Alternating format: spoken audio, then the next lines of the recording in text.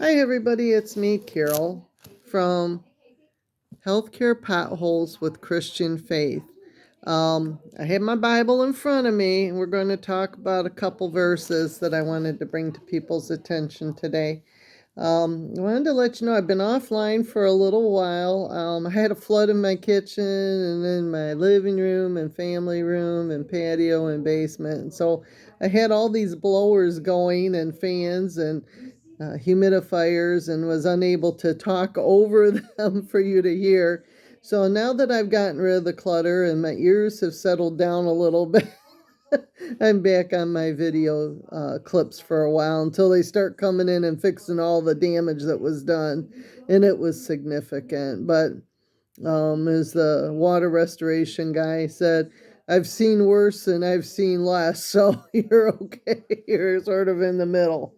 So we're just gonna trust God. This is after my dryer died, and now my bills are coming in from all that mayhem from the springs, the dryer, the battery, the low oil that my brother drove my car to the levee and almost caught it on fire.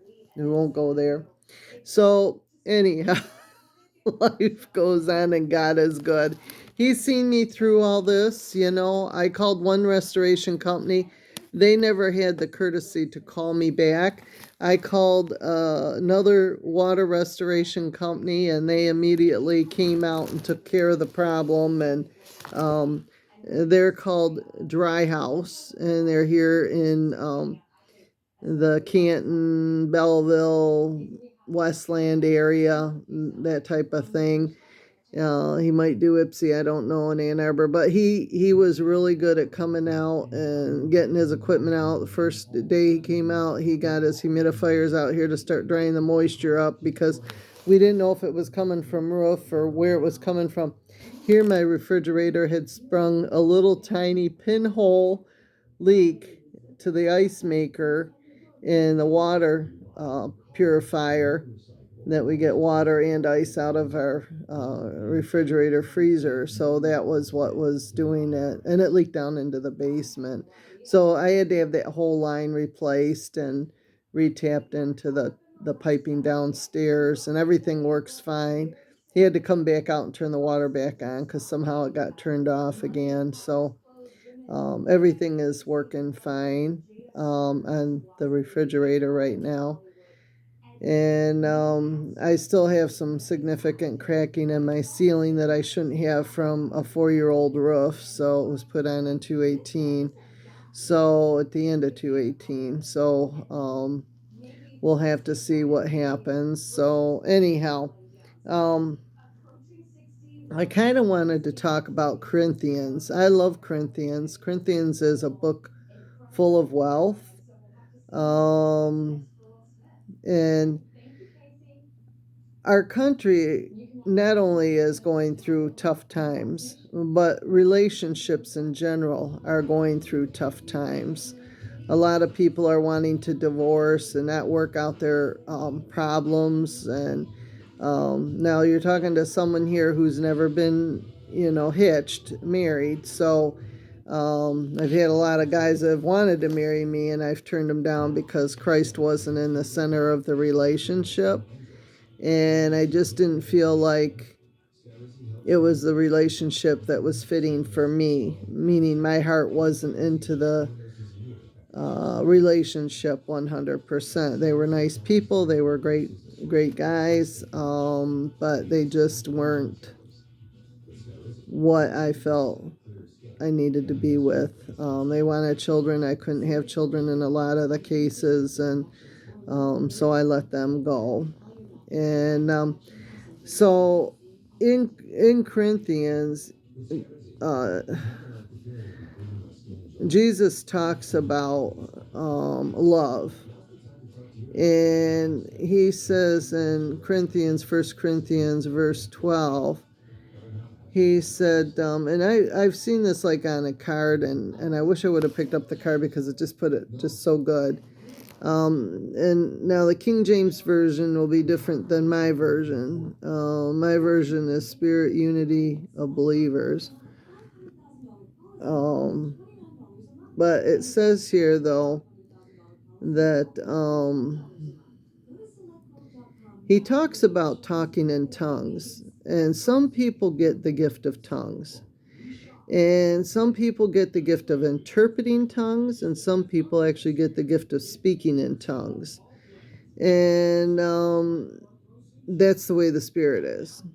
So, though I speak with the tongues of men and of angels, so angels speak in tongues as well, but have not loved, meaning Jesus has not loved another female. He's never gotten married in his life. I have become sounding the brass or a clanging cymbal. Okay, so I have become a sounding brass or a clanging cymbal. And though I have the gift of prophecy and understand all mysteries and all knowledge, and though I have all faith so that I could remove mountains and have not loved, I am nothing. Okay, so he's saying, although I have all the faith so that I can remove mountains, but have not loved, I am nothing. Although I bestow all my goods to feed the poor, and though I give my body to be burned, but have not loved, it profits me nothing. Love suffers long and is kind. Love suffers long and is kind. Love does not envy. Love does not parade itself, is not puffed up, does not behave rudely, does not seek its own, is not provoked, thinks no evil. Very important, thinks no evil. Does not rejoice in iniquity, but rejoices in the truth. Bears all things, believes all things, hopes all things, endures all things. Love never fails, but whether there are prophecies, they will fail. Whether there are tongues, they will cease. Whether there is knowledge, it will vanish away.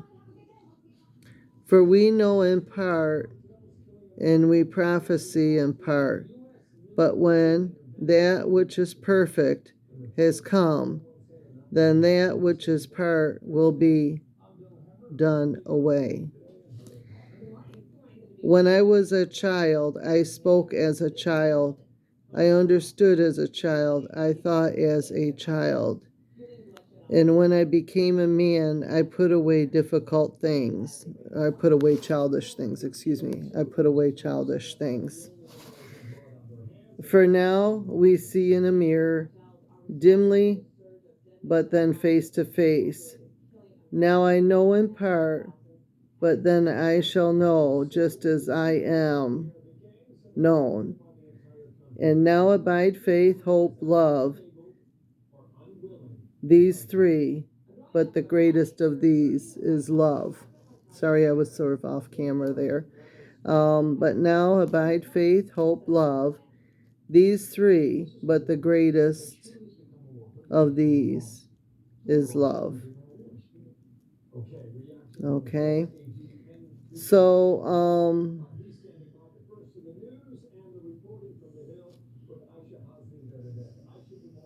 and I think that's where I want to go because he gets into talking about the tongues and stuff. And pretty much I want to talk about love. We just had a big trial where a guy killed his wife and his son and went to jail for life. That could have been worked out. God hits it and Jesus right on the nail here in this passage about it rejoices in the truth, um, thinks no evil. And, today, so many people kill their spouses, abuse their spouses, and that's just morally and ethically wrong according to Christ. And He wants you to have a nice, calm relationship. And He also speaks in the Bible that you need to, if your spouse dies, let's say of cancer or some natural cause, heart attack, whatever the case may be, a lot of people get the widowmaker and die. It's okay for your spouse to remarry. Now, some of mine in my family never bothered to remarry because they felt they were with their soulmate and they stayed single the rest of that time. And when you profess that you have a soulmate, you normally don't end up rushing to the altar to marry again. If you buried your soulmate, you stay single. God understands that. And it doesn't mean you go and become a nun either. Nuns stay single too. But, and if you're Catholic, you would understand that. I'm not Catholic. So I have Catholic in my family, but I'm not Catholic. So I just thought that was interesting.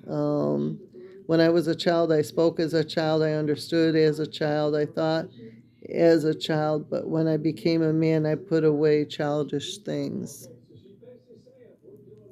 So you may have a different conception about what love is when you're a child versus when you get older and get married.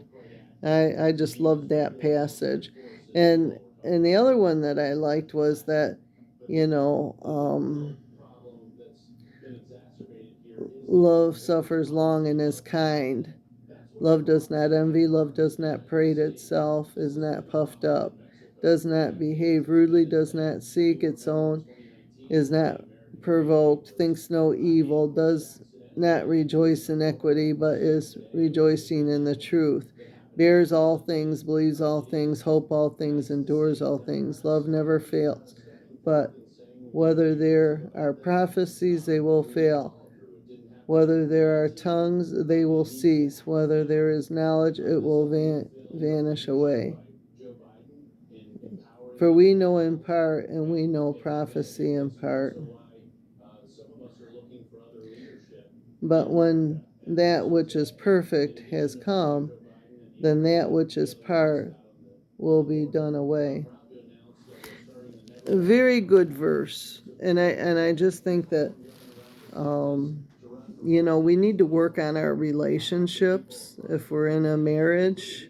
My parents were just shy of their 65th wedding anniversary, and I mean just shy. My mom died in June, and their anniversary of 65 years would have been in October. And so,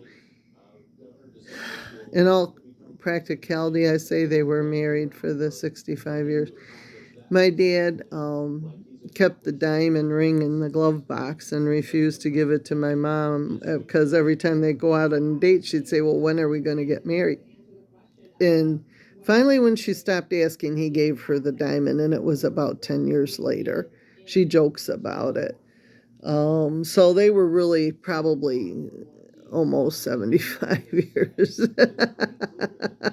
But she would say to me when we were talking about her anniversary, she said, "Remember the ring in the glove box."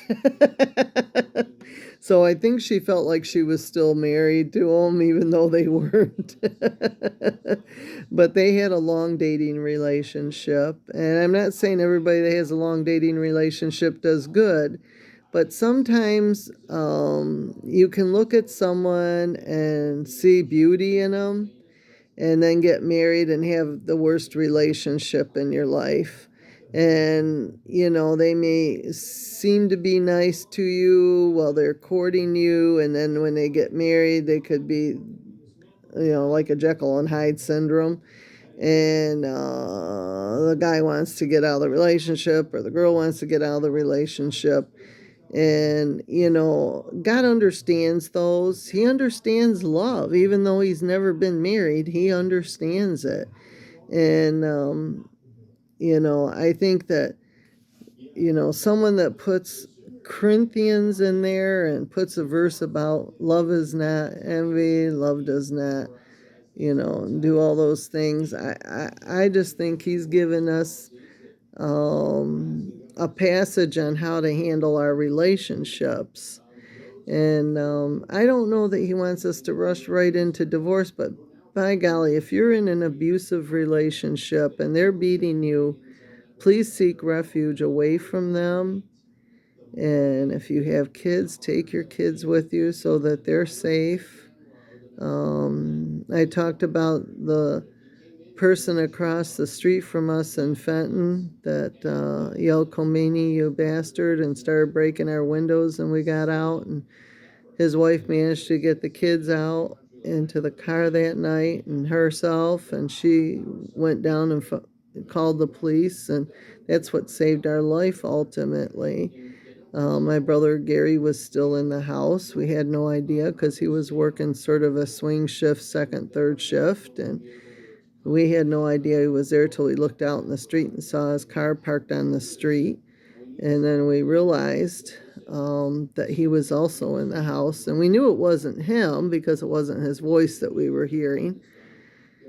And when I went out after Mr. Harris with the gun, I didn't want the police to shoot my brother, that he was still around. We just don't know where he was, and he wasn't the individual that was breaking our windows. He may have been in the shower, he may have been somewhere in the house, we don't know. So anyhow, it was kind of, something that she had done. He threatened to kill the kids and her that night, and she managed to get them out. She never divorced him, to my knowledge. She stayed married. She worked out the marriage. So I think that was a little different. But I'm saying that overall, when you have somebody that is physically abusive to you, please get out of those relationships. God would want you to. And yes, you could get remarried and not, have God upset with you. Our God is an understanding God.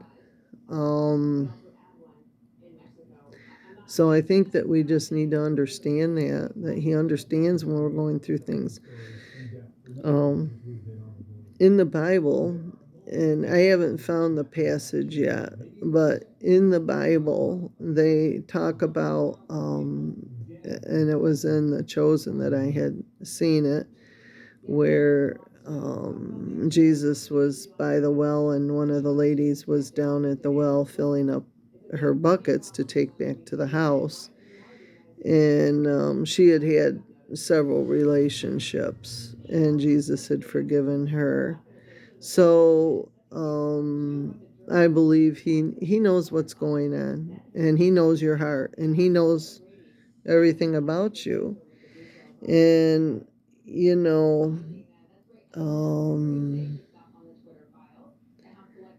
I think that love is a beautiful thing, and I'm going to just center on love today. That we just passed Valentine's Day, and I thought, well, I'm not going to do my video clip on love on Valentine's Day because, people are so busy that have relationships, going out and buying flowers and candy and going out for dinner or to a movie or whatever. So I just wanted to bring that verse to mind, and that was First Corinthians verse 13.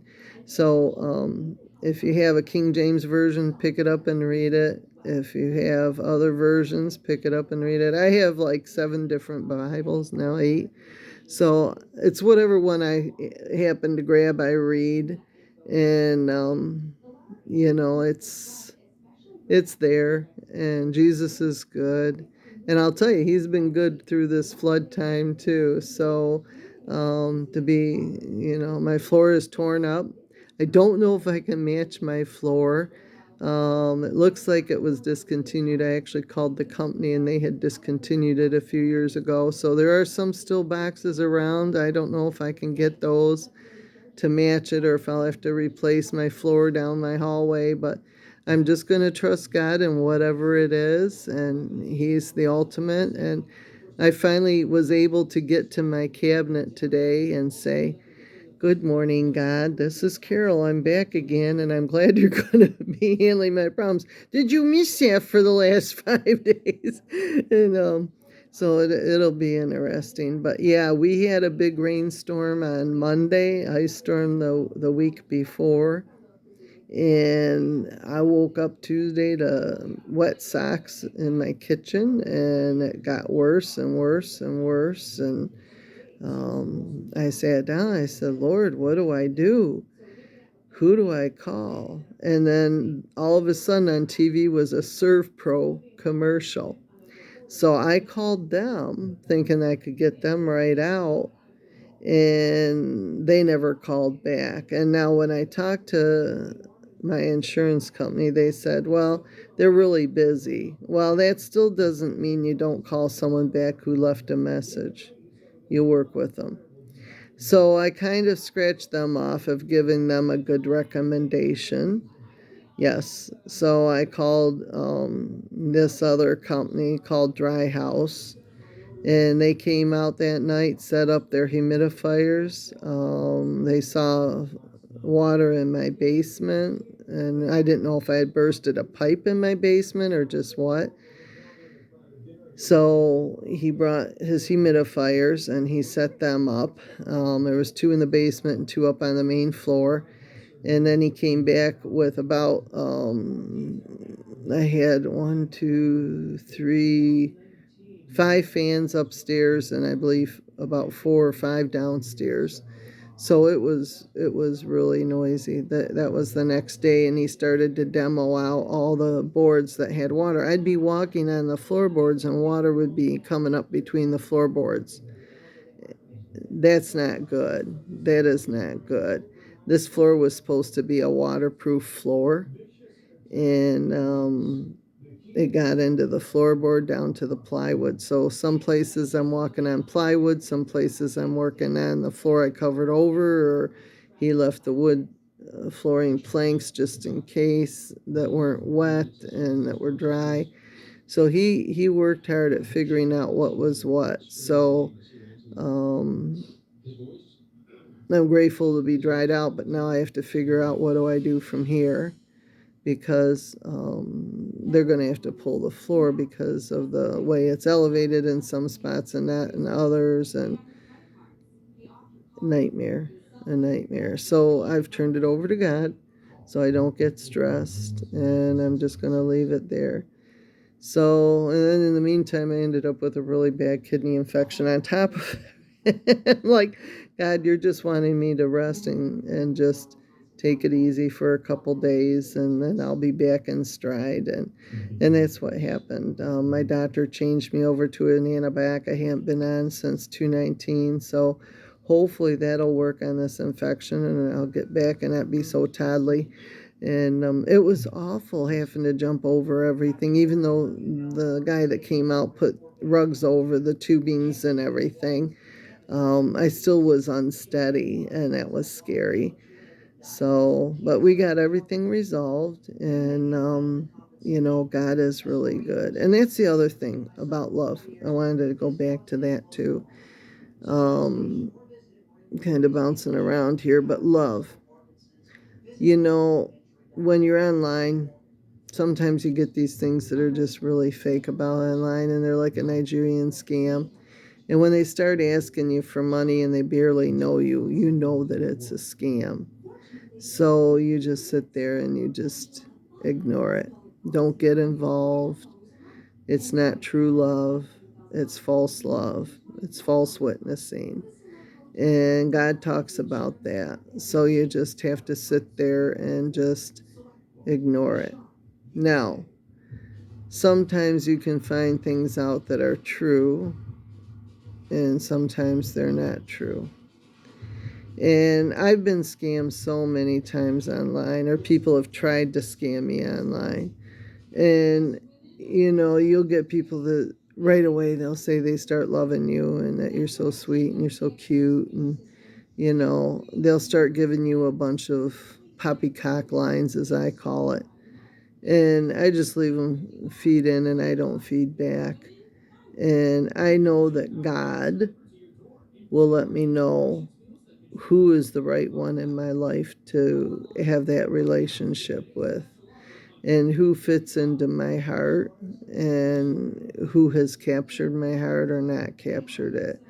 And I trust God in that, and I turn it over to God. That's the important thing to do. So if you think you're falling in love, turn it over to God. Ask for a sign from Him to let you know that this is the right person.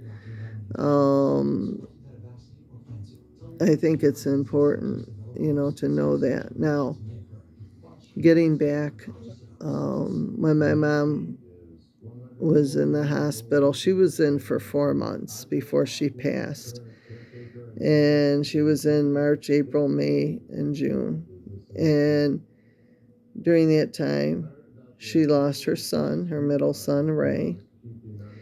And at one point, she was hearing things over somewhere after she had come out of being coded. And she said to me, she said, Carol, do you hear that? I said, no, I don't hear that. I just hear carts out in the hall.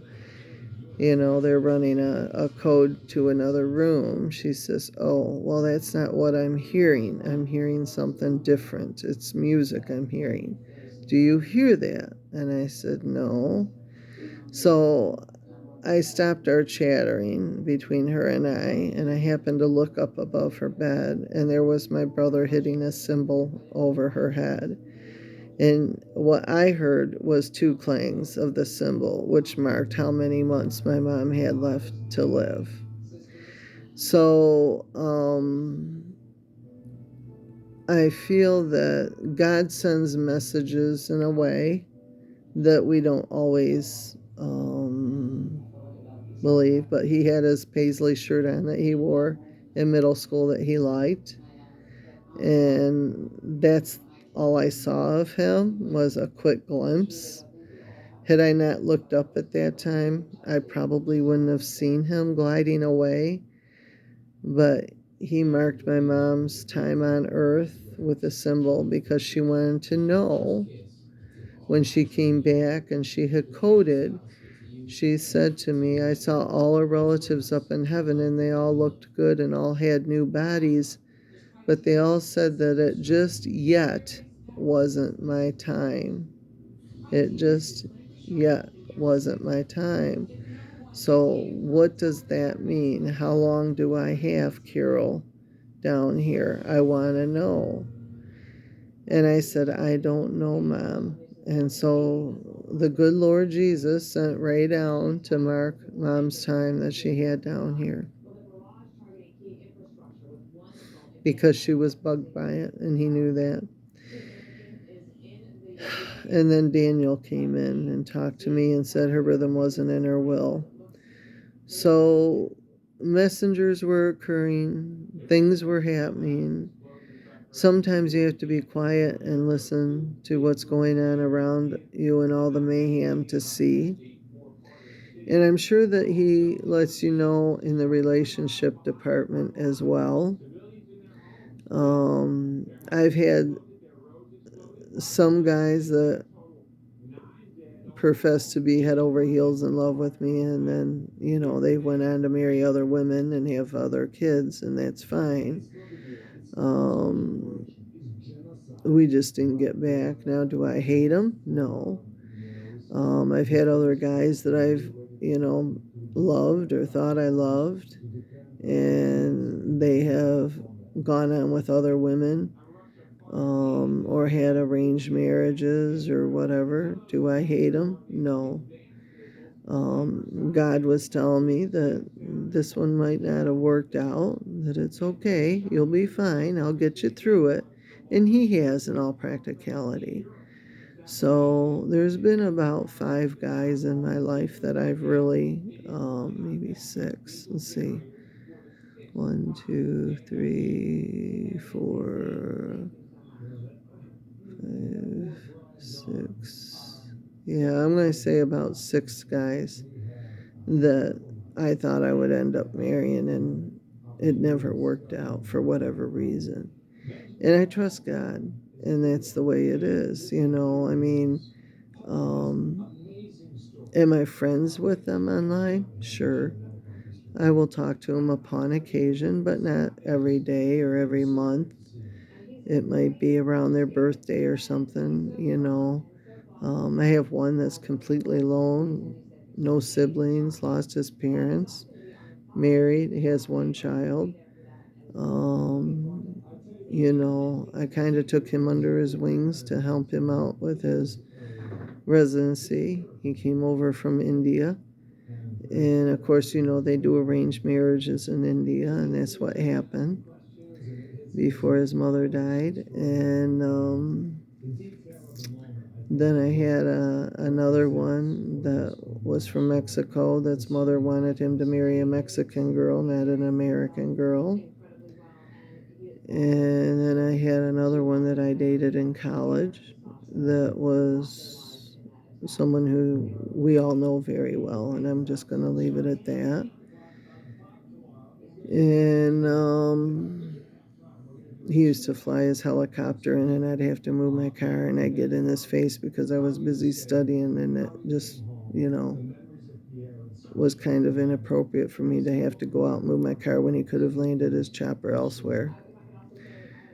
And that's how I got to know that individual. And at the point, he had 1 son, and his son wanted children, and I couldn't have children, so I let him go. And he went on to do wonderful things in this country. And he's a wonderful person, a very humble person, a very compassionate person and caring person. And so I don't want to get political, but um, yeah. So he was nice enough to walk me to my classes, where there was a lot of rapes on campus, to make sure that I got to where my classes were, or if I needed to study or pick up an article at the medical science library, or he would walk me to where I needed to go and made sure I got there and back to my dorm room okay. So I think back on all those moments. And then I had another one that was an attorney that I dated, and he was going to marry me, and then this guy that was falling in love with me told him that I was his and not the other guy that was an attorney's.